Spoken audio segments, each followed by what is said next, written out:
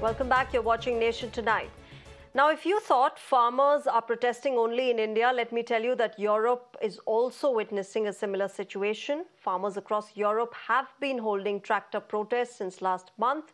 A multi-day siege of the streets of Paris, manure being sprayed on French buildings, eggs thrown at the European Parliament, protests of farmers all over Spain, Greece, Poland and Germany have been happening. Now, many say that protests in Europe and in India are politically timed. However, the on-ground situation hasn't been very easy for farmers in the last few years. The frustration of farmers has been due to several factors: supply disruptions led by the war, weather changes and the climate crisis, green policies of the European Union. They've all added to their woes.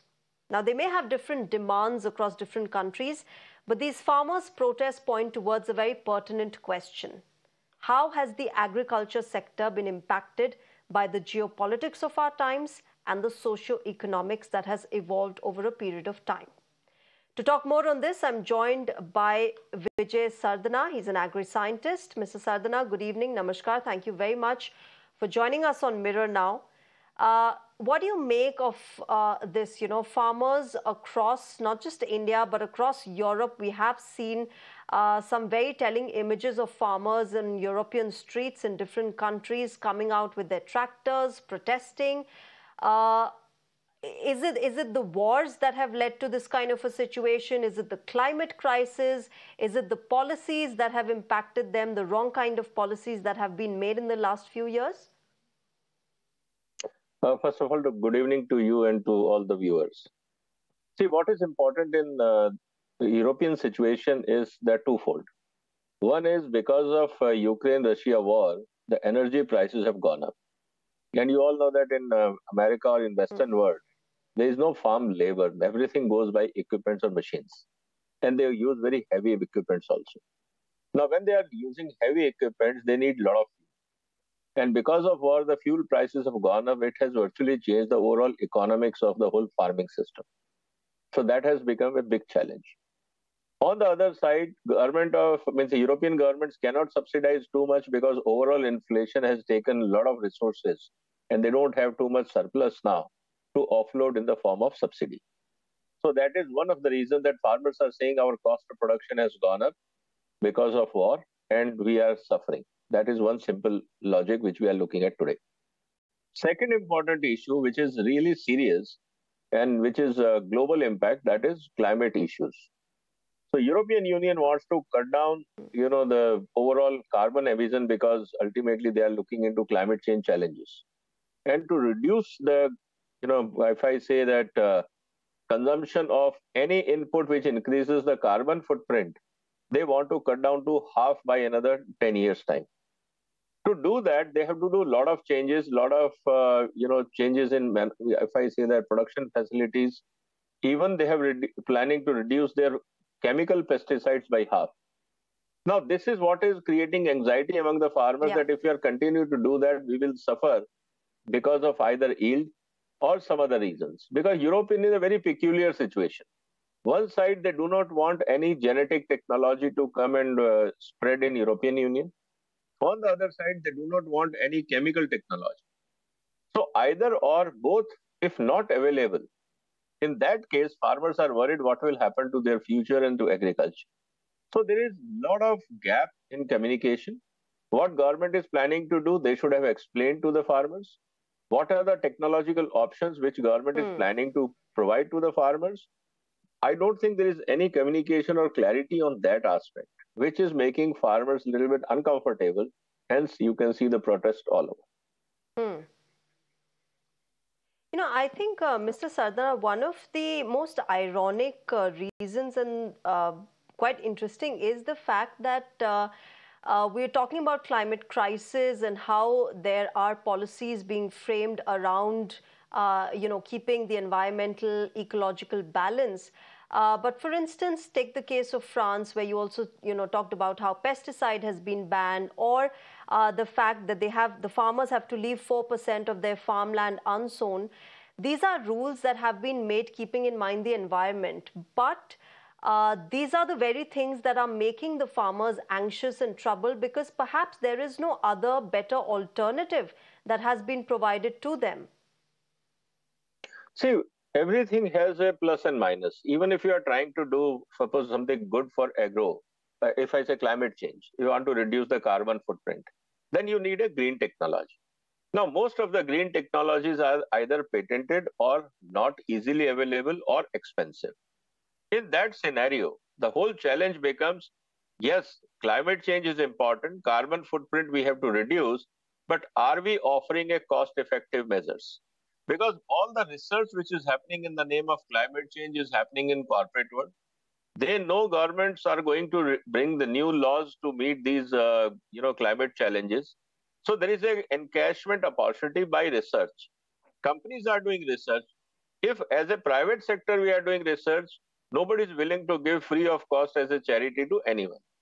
Now this is a conflict between the cause effect relation that you want to do it, but why you are not providing cost effective solution which is equally good. That is one simple aspect one has to look at it. On the other side, which is becoming challenge, is subsidy oriented model. European Union is definitely very intensive subsidy oriented. As I mentioned earlier, when the fuel prices goes up, the income goes down, but subsidy is not going up. It means the purchasing power of the farmers are going down, one aspect. On the other aspect, which is important again, they have to keep the land fallow, which is also a policy of common agriculture policy of European Union, because more the farmer will produce, prices will drop. In order to compensate the farmer, governments have to give more subsidy. So what European Union does is they tell farmers don't grow, keep the land without cultivation and take a standard amount of subsidy or as a compensation for not growing. Because growing is more, I will say, cost negative than keeping the land, fallow. This is where the challenge of European Union is. So there are many, many dimensions, and unfortunately, European Union, what they make policy is common for all 25, 27 countries.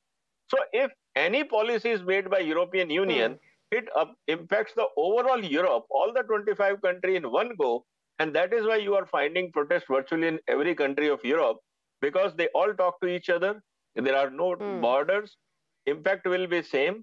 So all those things are common, and that is the reason that whole Europe is now suffering through this challenge. Do you also think, Mr. Sardana, the fact that as a whole, overall, the agriculture sector has been impacted in the past few years? The fact that now the newer generation doesn't want to follow the parents' legacy, parents being agriculturists.